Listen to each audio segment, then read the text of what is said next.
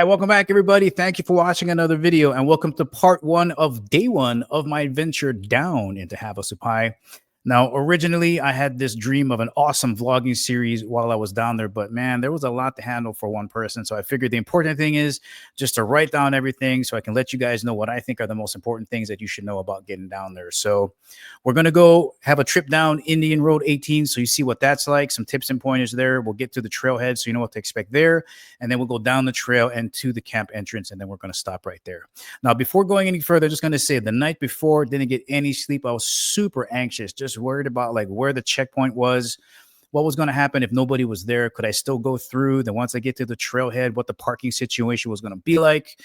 Where do I drop my bags for the pack mule? Is it going to be safe if I leave it there early in the morning and there's nobody there? And then the big thing was they tell you to wrap something around your pack to make sure that it's safe and protected on the way down. I was worried about if my hiking bag was going to be damaged. So we'll have a look at all of that, starting with right here, going down Indian Road 18. I'm going to pause it right here.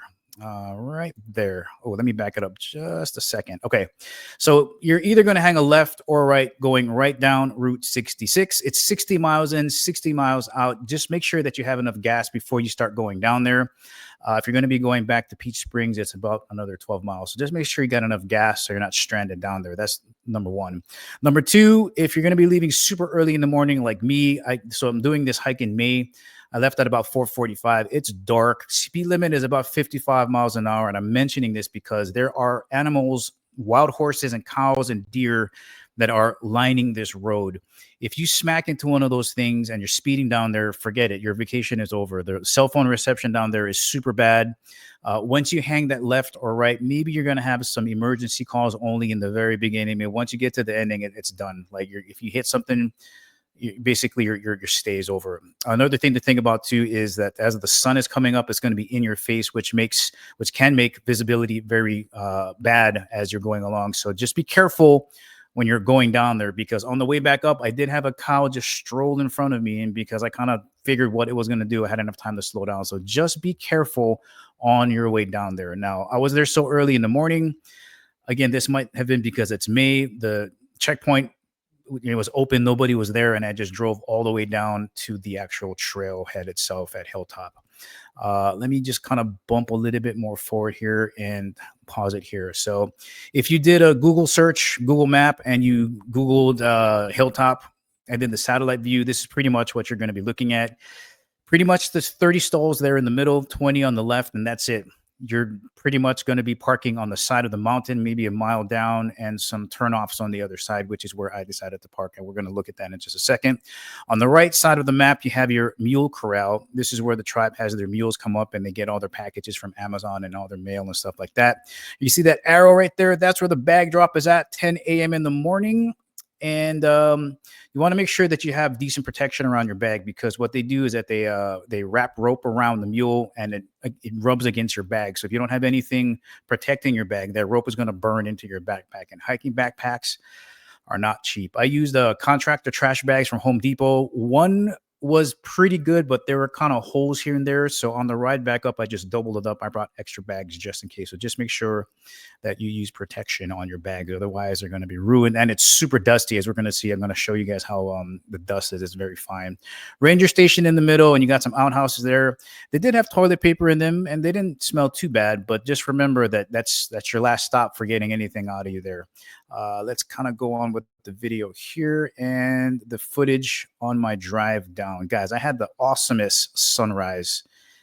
There was enough dust and thickness going through the air that it just really put a lot of coverage over the sun, so it wasn't blaring into my eyes. But again, 60 miles in, really nice drive in the beginning. It's just open field like this, and as you get a little bit more down, the turns get a little bit tighter and you get more trees like this. And here you go. We got horses and cows. Just be careful, guys. I see some guys flying like 90 miles an hour down that road. Okay, so here's where I parked at. Now, down that road, all the way around that turn to the right, and there's still a little bit more to get down to the actual trailhead. But I decided my strategy was to protect against damage on my vehicle to park on the other side of the road. But that's what that looks like there. And just a quick reminder, you are in the wilderness, and I was just kind of walking along looking at the ground, and all of a sudden these horses just like were on top of me. I didn't even see them coming. Pay attention to where you're at, because you never know when mama horse might feel that you're in danger or you're threatening baby horse, and then they're a lot quicker than you. So just be careful out there. You got bighorn sheep kind of floating all around the place as well. So here's what the parking situation looks like against the mountain. You can see it's just really loose rock and dirt. It doesn't take much for a rock to pop free and land on your roof or your windshield or bang you on the side. So it doesn't really matter if you're driving a rental or your own car. It's going to be a headache if you damage it. So just be mindful of where you're parking. Don't park where there is red anywhere, and don't park in the vendor stalls because they will get towed. These guys normally show up in the daytime, and they have refreshments and food, like chips and stuff like that. I had a refreshing Diet Coke on the way out. Right there on the backside, you can see where the helipad is for the helicopter. There's more parking down there. And just a quick note on the helicopter, it's run by Air West. Their schedule changes. Of course, tribe members are going to have priority. But just think about this, guys. You're spending $445 to go down there. Yeah, it's going to suck if you have to hike back up and down, but just enjoy it, right? I've seen some people get some horse rides from the camp up, but I just think that's a waste. I mean, just take your time, enjoy your time in that slot canyon, and enjoy the scenery, because it really is a wonderful hike. Now, as far as what to expect on the trailhead, okay, when you're up there, let me back this up a little bit in here. This is just showing you what the terrain is like. I'm just going to back this up to have a look at this map right here. So on the left, you have the switchbacks, right? You got about maybe 2 miles of switchbacks, maybe, an hour, hour and a half. You're going to get down to the slot canyon floor. From the floor to the village is about 8 miles. So maybe about 4.5 hours. And then the key thing to remember is you see those lines. I've listed the waterfalls up there. Once you pass the Supai village, 3 waterfalls are going to be on your left, and then there's going to be the big one on your right. Just remember as you're walking down there that your first landmark is a outhouse on the left after the village. If you take a left there, you're going to be able to go down to 50 foot and then to Navajo, and then you walk further down to Hidden Falls, and then you'll hit the fry bread stand, as we're going to see in just a second. But just remember that that's kind of what you're looking at. Now, what you can expect, pretty flat terrain down there at the bottom. Sometimes it feels like you're walking on a bag of marble. Sometimes you're just kicking rocks, and sometimes you're going to be in this really fine kind of sand. I mean, like baby powder, it blows everywhere. And I'm mentioning this because as you get closer to the village, I noticed that they had these pretty big red ants on the dust itself. So if you're wearing like low cut shoes or low cut socks, there's a good chance you're going to flick one of them ants into your shoes. And they look like they hurt if they're going to bite you. So just keep in mind as you're going down there, that's the kind of stuff you're going to run into. Let me see if we can bump a little bit more forward here and get to the actual switchbacks here. Okay, there we go. So I would say between 15 to 20 switchbacks, varying in length, varying in steepness. I would say do a little bit of glute exercises to strengthen your T-band sides on your left and your right side, because as I went down, man, the outside of my left and my right knee hurt, indicating just weak TI bands on the sides. And then make sure you clip your toenails. I thought I did a good job in clipping them at the right length, but by the time I got to the bottom, my knees hurt and both of my big toenails were black. So that kind of ruined the experience of the hike all the way in, because it kind of hurt a little bit. So those are the 2 things to kind of make sure that you prepare yourself for the journey down there. Now, once you're down there, it's pretty flat. Here's a look at the riverbed. And keep in mind, most of this stuff was probably underwater, right? This is a riverbed. Again, you're just hiking along in the shade. Well, so I hit the switchbacks at probably about 6:45 and well shaded in May, and wasn't too hot. I think the average temperature was probably like 75 degrees. Really comfortable hiking down there temperature wise. It's just that my toes hurt and my knees hurt. Make sure you get out of the way of these things because they don't stop. So maybe you can wear earphones on the way down, but just know that, I ran into them about 4 or 5 times on the way out and on the way in. And keep in mind that when you got your headphones on, it's hard to be alert of things around you. Like those guys just popped up out of nowhere. You never know what kind of wildlife is going to spring up on you. You noticed, again, the texture of the rocks here are smooth, and that just indicates that water probably was running through here. All of this was underwater. A lot of them have this beautiful red color, red ribbons of color, red and white, maybe indicating iron in the rocks, and just really smooth texturing. And you see these giant boulders, like square boulders that probably fell from the top. I mean, maybe they were part of an arch and the arch fell and they ended up here. And if you kind of look upwards, you do see some spires poking up in the sky there, so it could have been previously an arch.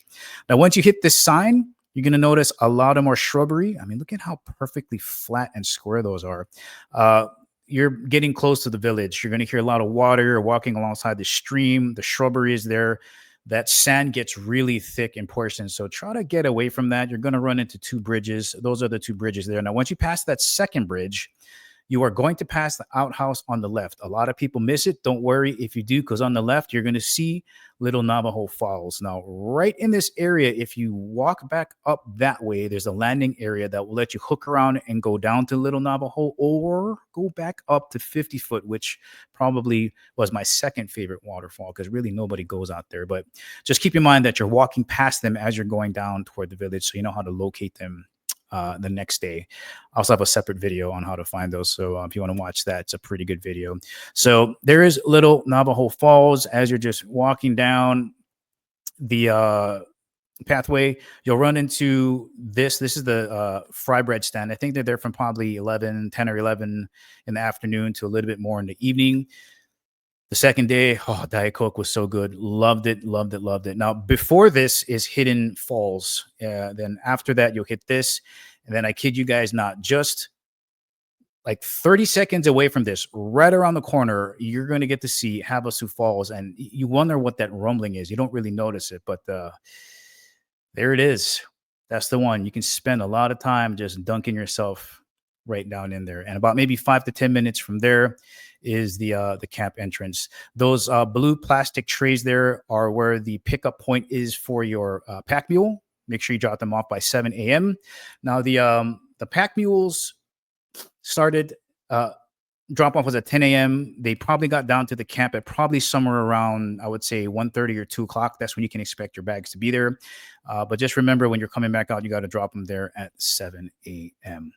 Well, guys, that's about all I got to say about my first day, or the first half of it. So the second video will be the second half of it, and kind of walking around camp and looking to see what other people are doing and what I did to close it out. But that right there was basically the first half of my first day at HAVASUPAI. I hope you find this information useful. Don't forget to tune into the next videos coming up. Thanks for watching. Catch you in the next video.